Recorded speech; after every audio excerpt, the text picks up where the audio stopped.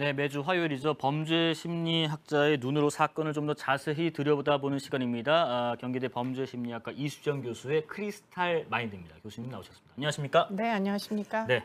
이번 주는 저희가 주제를 사실은 사전에 동물 혐오 범죄에 대해서 한번 말씀 나누고 싶다라고 네. 전해드렸는데 그 전에 지난주에서 이 얘기만 짧게 네, 좀 네, 말씀 네, 나누고 갈까 해요. 가양역 실종 사건 관련입니다, 여러분. 지금 실종된 김가을 씨가 2주 넘게 아직까지 지금 실종 상태인데 경찰이 뭐 드론까지 동원해서 뭐 여러 방면으로 지금 찾고 있는데 여전히 행방은 묘연한 상태입니다. 뭐 저희 지난주에 방송에서도 말씀을 해주셨고 일부 언론 인터뷰에서도 교수님께서 말씀하셨는데 이번 사건이 일반적인 극단적 선택 상황은 아닌 것 같다. 어떤 부분에서 그렇게 좀 분석이 되시던가요? 글쎄, 일단은 네. 극단적 선택을 하는 분들은 뭐 사전에 미리 이제 그 나름대로는 계획이라는 거를 이제 세우고 보통 시도를 여러 번 하거든요. 그래서 결국에는 자살 시도에 이제 전력 같은 것들이 있는데 지금 김가을 양에게는 그런 것들이 딱히 존재하지 않는다는 게 네. 가족들의 진술이고요. 그렇기 때문에 그럴 리 없다라는 게 이제 애당초에 이 언니 같이 동거를 했던 걸로 보입니다. 언니의 입장이고 네. 그리고는 이제 특히 우울증이 이제 만성화된 다음 극단적 선택을 하는 경우에는 사고가 굉장히 인지적 왜곡이 많이 진행이 많이 돼서 그럴 때는 이제 자기의 어떤 고통만을 이제 생각하게 되는 그런 측면이 있는데 지금 김가을 양이 만약에 극단적인 선택을 했다면 그 마지막에 언니 걱정을 해서 119에다가 신고를 하지 않습니까? 그렇기 때문에 그런 행위는 전형적인 우울증 환자로 보기는 조금 어려움이 있다. 이런 이제 생각들이 들어서 더군다나 이제 희망은 뭐 만에 하나 돌아올 수가 있지 않을까 하는 그런 희망을 가지는 차원에서 경찰의 조사가 절실하다 이런 얘기를 했던 적이 있죠. 그러면은 가출 가능성은 마찬가지 개념에서 보면 좀 희박해 보이시겠네요. 네, 가출을 하려고 하면 사실 머리를 하러 강남으로 간 이후 집으로 돌아오지 말았어야 되는데 이분은 거의 이제 집이 아마 까치산역 쪽이고 가양역 쪽이 사실 서쪽 방향입니다, 네네. 모두. 그렇기 때문에 사실은 그 방향으로 돌아왔다는 얘기는 귀가를 할 생각은 애당초에 있었던 걸로 보이거든요. 일부러 이렇게 와야 되잖아요. 강남에서부터 일부러 틀어서. 그렇죠. 네, 네. 강남까지 가는 것도 사실 뭐 거주지와는 반대 방향이고 그래서 다시 거주지 쪽으로 돌아왔기 때문에 지금 그런 방향성으로 봤을 때 자발적인 가출이라고 보기는 좀 어려운 측면이 있다. 이런 생각은 얼마든지 해볼 수가 있는데 뭐 그럼에도 불구하고 지금 이제 극단적인 선택 가능성을 완전 배제하기가 어려운 것이 지금 이제 이 김가을 양이 마지막으로 올렸던 블로그의 글이나 또는 뭐 지금 유서 비슷한 것이 이제 남아 있다. 그 글 좀 보여주시죠. 네. 그 글에 뭐 나와 같이 밤이 두려운 당신에게라는 제목으로 뭐 첫 번째 편지에서 대담하고 솔직하게 우울해 보기 프로젝트를 진행 중인 김가을이다 이런 양상의 글을 올린 게 약간 좀 우울감 혹은 우울감에 더 나아가서 우울증까지 갖고 있었을까 하는 좀 걱정도 드네요. 네, 뭐 그런 이제 의심들을 많이 하는 뭐 그 어떤 단서들이 지금 나오고 있어서 사실은 지금 낙관적으로만 볼 수가 없어 보인다. 그런 면이 지금 확인이 되고 있습니다. 네. 그리고 여러분들에게 교수님과 같이 한 가지 좀 당부를 드릴게요. 저희가 이 실종된 김가을 씨 언니분하고 주로 이제 연락을 좀 시도하거나 이랬었는데 언론에도 좀 나왔습니다. 이 언니한테 뭐 언니가 범인이 맞냐느니, 뭐 우리만큼 태어날 수가 있냐느니 그 카톡 좀 보여주시죠. 그리고 지금 언니가 범인이죠. 우리 무서우리만큼 태어나던데 뭐 이런 식의 언니에게 지금 메시지를 보내고 있다고. 이런 거는 2차 가해 중에서도 좀 해서는 안 될 좀 질이 안 좋은 2차 가해 아니겠습니까? 네, 뭐 절대 해서는 안 될 행위들을 지금 이제 휴대폰 번호를 이제 공개하다 보니까 언니가 공개를 하셨었죠. 그 이제 휴대폰 번호로 지금 이 이제 그 SNS를 찾아내서 그래서 결국에는 지금 이런 글들을 올리시는데 지난주에도 말씀드렸지만 얼마나 절박하시겠어요. 그러니까 이런 분께 지금 장난 전화나 또는 장난 뭐 문자나 지금 심지어는 저렇게 뭐 어떻게 보면은 뭐 어떻게 되었든 남아 있는 가족들에게는 너무 고통스러운 이런 자극은 좀 하지 않으셨으면 좋겠다. 그런 당부 말씀을 좀 드리고 싶네요. 네. 네. 하여튼 동물 혐오 범죄에 관련된 얘기 전에 가양역 실종 사건 관련된 얘기 잠깐 언급하고 넘어가 보겠습니다. 자, 오늘 이 주제 사실은 얼마 전에 저희도 그 방송에서 좀 다뤘는데 한 하천에 사는 오리들한테 돌팔매질을 했는데 이게 지금 경찰에 붙잡힌 두 사람이 10대 고등학생이었고요. 근데 이 오리가 돌팔매질에 죽었어요. 죽을 때까지 돌을 던진 건데 호기심 때문에 그랬다 이렇게 얘기를 했습니다. 호기심 때문이라도 이렇게까지 안 하지 않나요? 네, 지금 이제 문제는 이들이 10대라는 게 더 큰 문제로 예. 보이고요. 6마리를 이제 그 사망에 이르게 했는데 예. 지금 본인들의 행위가 얼마나 심각한 행위인지 지금 전혀 통찰을 못하고 있는 것으로 보입니다. 그래서 13일 날 이와 같은 이제 생명 손실이 있었는데 네. 얼마 지나지 않아 16일 날도 또 이제 비슷한 장소로 와가지고 돌팔매질을 하는 게 발견이 됐다고 하니 네, 자기들이 한 생명 박탈 행위가 얼만큼 뭐 상대에게는 고통스러울 수 있는 것인지 그런 것들을 알면 또 이렇게 하기는 어렵잖아요. 네네. 재차 뭐 돌팔매질을 하기가. 그런데 이제 이 친구들은 지금 그런 부분에 대해서 전혀 자각행위를 못하고 있는 것으로 보입니다. 장난이었다, 호기심에 그랬다, 뭐 이런 식으로 진술을 했다고 전해졌습니다. 그리고 또 최근에 유튜브에 어린 학생들이 고양이를 털 달린 바퀴벌레라고 이제 비하하면서 부르면서 막 걷어차고 약 먹이고 뭐 이런 학대 영상이 올라왔는데 이게 조회수가 막 수십만에 이르렀다고 해요. 이 채팅방에 이렇게 영상이 올라오고 조회수가 이렇게 올라가는 건 이걸 보고 쾌감을 느끼거나 혹은 재밌어하는 사람들이 있기 때문이기도 하겠죠. 네, 뭐 댓글을 보시면 뭐 금방 아시겠지만 사실은 이제 크크크부터 시작해 가지고 이걸 네. 장난스럽게 서로 이제 정보를 공유하는 것이 정말 엽기적이다 이런 생각이 드는데요. 지금 이제 SNS 등을 통해 가지고 소위 고어 전문방이라는 것이 10대 사이에서는 굉장히 유행처럼 벌어지고 있고 꼭 10대가 아니더라도 뭐 이런 종류의 이제 행위들을 서로 자랑하듯이 이제 고양이를 털바퀴라고 한답니다. 그래 가지고 털바퀴 잔혹물 이런 것들이 이제 난무하는 이런 이제 상황이고요. 한 100여 명 정도가 이제 참여하는 이제 오픈 채팅방에서 지금 이러한 일들을 계속 하다가 결국은 신고가 들어가서 결국 이제 검거가 됐는데요. 네. 문제는 뭐 처벌의 수위가 이제 너무 그 경미해가지고 이게 지금 위화감을 유발할 수 있을 거냐, 제지력이 있느냐 하는 이제 어떤 비판이 이루어지고 있습니다. 예. 이 채팅방에 운영자, 학대자도 특정이 됐고 100여 명 넘는 참여자들이 채팅방 안에 있었다고 하는데 이제 처벌 수위는 굉장히 높지 않는 털스라이팅, 뭐 야생 바퀴, 뭐 털바퀴, 뭐 본인들끼리 저런 식으로 톡방에서 약간 희화화하는 용어를 또 쓰기도 하는 것 같습니다. 채팅창에 차차님께서 죽을 거 알면서 하는 거지 오리가 무슨 죄냐. 치즈 프링글스님, 알아도 할 애들은 많지라는 메마른 인성들 등등의 의견 주십니다. 계속 의견 주시고요.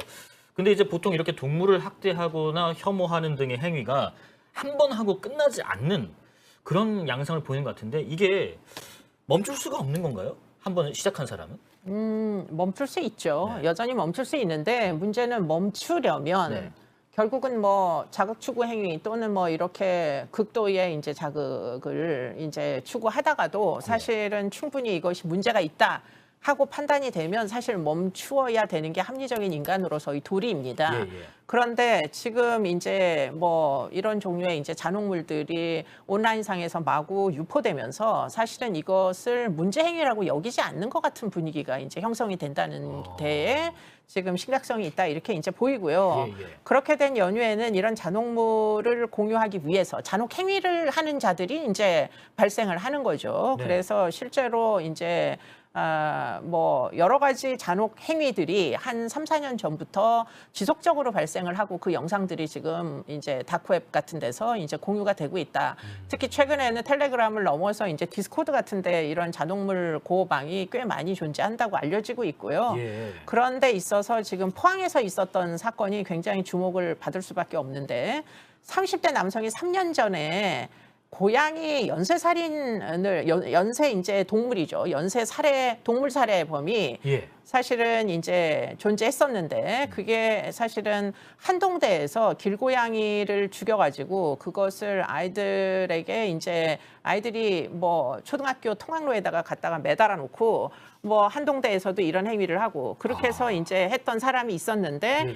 이 사람이 이게 이제 그 3년 전이니까 2019년도 사건이에요. 네네. 그래서 이 사람이 그때 그 당시에 발각이 돼서 뭐 나름대로는 처벌을 받았던 것 같은데 이 사람이 그 행위를 멈추지 않고 지난달 21일 날 네. 포항시에서 또 이제 비슷한 행위를 했다는 게 지금 알려지고 있어요. 초등학교 통학로 앞에서 4개월짜리 새끼 길고양이를 죽여가지고 노끈에다 초등학교 아이들이 이제 등교하는데 노끈에다가 저렇게 지금 사진에서 나오는 것처럼 매달아 놓은 이런 이제 행위를 해서 수사를 해보니까 이 사람이 또 옛날에 그 사람이더라. 3년 전에 한동대 사건의 주인공이더라. 예. 이런 게 이제 밝혀지고 있고요. 지금 더군다나 이 사람이 지금 2022년에 또 다시 재차 긴급 체포가 된 거잖아요. 네네. 그런데 2019년도 한동대 사건 말고 지문조회를 해보니까 2020년에 또 이제 그 포항 도심의 중앙상가에서 발생한 동물 학대 사건에 범인의 지문과도 또 일치를 한답니다. 그러니까 이 사람은 거의 2019년도부터 2020년도, 2022년도까지 지금 연이어서 처벌 수위가 워낙 낮으니까 기껏 벌금 정도를 내기 때문에 계속 바깥에서 이와 같은 행위를 점차 더 심각하게 일을 벌리고 있다 이렇게 보입니다. 생명입니다. 생명이고 지금 뽀로로님께서 생명에 대한 태도를 교육하지 않아서 그럴 수도 있겠다. 맨날 국영수밖에 공부 안 하니까라는 의견도 주고 계시고요. 동물을 키우다가 귀찮다고 갖다 버리는 사람들도 한몫하는 거다라는 의견도 주십니다. 근데 이 동물 혐오 이런 범죄가 동물 혐오에 대한 것으로 끝나는 것이 아니라 인간에 대한 사람에 대한 범죄로까지 이어지는 경우가 있을 수도 있는지 그런 것도 좀 궁금합니다. 인과관계를 입증하는 연구는 사실 있다고 보기가 어려워요. 그래요? 인과관계를 입증을 하려면 네. 동물 학대범 아까 그 뭐 한동대 학대 사건 네. 부터 시작해서 여러 번 동물 학대를 한 자가 앞으로 5년 후에 10년 후에 어떻게 되는지를 관찰을 해서 그 사람이 사람들에 대한 어떤 상해 행위를 벌였다. 이런 게 이제 입증이 돼야 인과관계잖아요. 예. 그런 연구를 한 적은 사실은 존재치를 않습니다. 예. 그런데 거꾸로 이런 건 존재해요. 그러니까 이제 뭐 연쇄살인범의 어린 시절에 동물 학대를 한 흔적이 있다. 네, 뭐 인과관계는 아니지만 이 그렇죠. 사람이 과거에 했던 적은 있을 수 있겠다. 그렇습니다. 예. 그렇기 때문에 동물 학대범 중에 몇 명이 인간에 대해서도 상해 이상의 범죄, 대인 피해를 내는지는 통계가 존재치 않아요. 그런데 이제 존재하는 통계들을 보면 예. 예컨대 지금 가정폭력범, 뭐 학교폭력범 이런 이제 사람들에게 동물 학대를 한 적이 있냐 이렇게 물어봤더니 네네.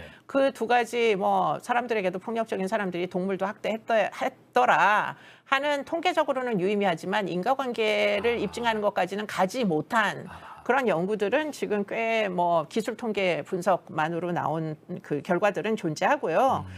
노스이스턴대라고 네. 미국에 있는데요. 거기 범죄학과가 꽤 많은 연구들을 내어놓는데 거기 연구자가 이제 한 연구에 따르면은 지금 이제 그 동물 학대범 중에서 40% 정도가 이제 사람들에 대한 폭력, 네. 폭행, 뭐 상해 이런 범죄도 저지르더라. 그러니까 40%는 이렇게 적은 숫자는 사실 아니죠. 그러게요. 물론 근데 대다수는 물론 아닙니다만 여하튼지간에 한 40% 정도가 사람에게도 폭력 행위를 한 적이 있다. 그리고는 이제 아동 성추행범 중에서는 뭐 30%, 그리고는 가정폭력 사범 중에는 36%, 살인 범죄자 중에는 한 45%가 과거에 아까 이야기 드린 것처럼 과거에 동물 학대를 한 적이 있다. 이런 연구물을 보고한 적은 있습니다. 그러니까 그런 인간에 대한 어떤 그 범죄를 저지른 사람이 이런 행위 유의미한 뭐 값은 얻어낼 수 있어도 인과관계까지 성립하는 수준에는 아직 이르지 못했다는 말씀이신 것 같습니다. 그리고 동물보호법이 최근에 그 개정안이 마련됐는데 그거 좀 보여주실래요? 지금 몇십 년 만에 동물보호법이 개정이 됐다고 하는데 아직까지는 처벌이 좀 약하다는 지적이 있는데 한번 크게 보여주세요. 지금 보니까 동물 학대로 상해를 입히거나 질병을 유발한 행위는 3년 이하의 징역 또는 3천만 원의 벌금. 죽음에 이르게 하면은 2년 이하, 동물을 유기하면 300만 원 이하. 밑에 거는 뭐 좀 약한 것 같기도 한데 위에 이제 징역형 받는 것도 이 형량이 좀 약한가요? 다른 나라에 비해서도 그렇고 보시기에도 그렇고 개정됐는데도 불구하고. 지금 이제 우리나라는 예. 그냥 이 동물을 학대해서 죽음에 이르게 하면 뭔가 금고형 이상으로 처벌을 하는 이 정도의 수위로 처벌을 하다 보니까 네네.